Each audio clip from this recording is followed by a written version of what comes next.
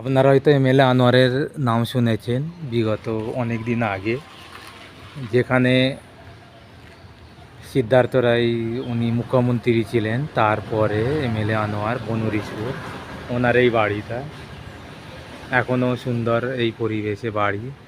তারই পাশে দেখেন বাগানের সাথে আরেকটি বাড়ি ওনার ছোট জামাইয়ের।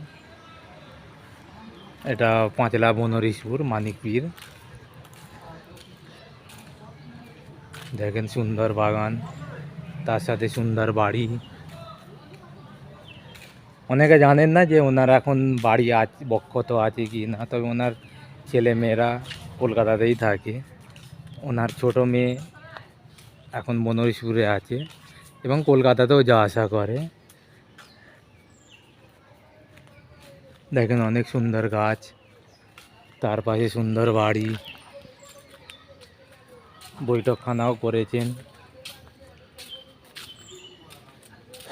এখানে এসে টাইম পাস করাও যাবে, বসার জায়গাও আছে। তার সাথে অনেক রকমের গাছের অনেক রকম গাছ। এখানে বসার জায়গাও আছে।